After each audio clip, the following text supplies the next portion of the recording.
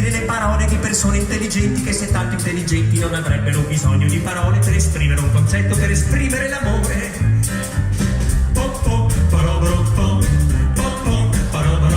Non voglio più sentire le parole di persone intransigenti che ti spiegano la vita come fossi deficienti. Ti ringrazio ma non serve, la capisco già da me. Retorica, sei già abbastanza comica, cascasse giù una domica, non voglio più ascoltarti ancora. Retorica, L'erba del vicino è sempre più veloce, atomica, meravica, milioni di parole che mi spiegano cos'è